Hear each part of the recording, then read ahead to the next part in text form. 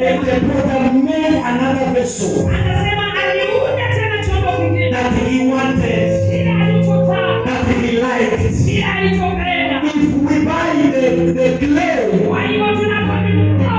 if buy the clay, I was making a chair, and it broke. And I took the same clay, and I decided to make a table. When you come, you might think the chair is closed. Let me tell you something. If you break the table, the same clay that make the chair is on the table. Let me tell you something. Restoration is guaranteed. Restoration is guaranteed. Restoration is guaranteed. You will still be the fuller. You will still be crispy. You will still be Palista Calistas. You will still be Emmanuel. History will not be a rest. History will not be a rest. People will point out fingers.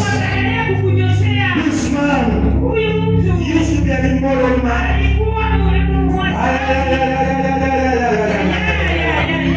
He comes from a family of witches. He comes from a background of poor people. Yes, history will not be erased. Yes, you have to accept that. What you did many years ago will never be erased. They will be there.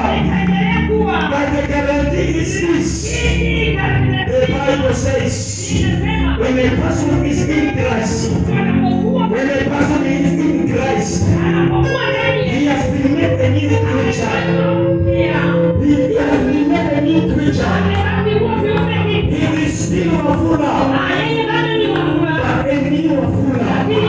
A new design of a fool. It is still creation, but a new design of creation. It is not a chair again.